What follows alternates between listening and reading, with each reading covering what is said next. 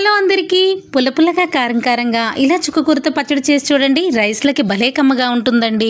ముందుగా చుక్కకూరని చిన్న ముక్కలుగా కట్ చేసుకుని శుభ్రంగా కడిగి పెట్టుకోవాలి. స్టవ్ ఆన్ చేసుకుని కళాయి పెట్టుకుని 3 టేబుల్ స్పూన్స్ నువ్వులు వేసుకుని దోరగా వేగించుకుని మిక్సీ జార్లోకి తీసుకోవాలి. అలాగే కారానికి సరిపడా ఎండుమిరపకాయలు కూడా వేసుకుని వేగించుకుని మిక్సీ జార్లోకి తీసుకోవాలి. అదే కళాయిలో 2 టేబుల్ స్పూన్ల ఆయిల్ వేసుకుని ఆయిల్ బాగా కాగిన తర్వాత శుభ్రంగా కడిగి పెట్టుకున్న చుక్కకూరని వేసేసుకోవాలి. అలాగే 3 పెద్ద సైజు టమాటాలని ఈ విధంగా ముక్కలుగా కట్ చేసుకుని వేసుకుని బాగా కలుపుకున్న తర్వాత రుచికి సరిపడా సాల్ట్ వేసేసుకుని కలుపుకొని మూత పెట్టేసుకుని దగ్గరగా అయ్యే వరకు ఉడికించుకోవాలి. మిక్సీ జార్లోకి వెల్లుల్లిపాయ రెబ్బలను వేసుకుని మెత్తగా మిక్సీ పట్టుకోవాలి. చుక్కకూర ఈ విధంగా దగ్గరగా అయిన తర్వాత పౌడర్ను వేసేసుకుని 1 నిమిషం పాటు కలుపుకోవాలి.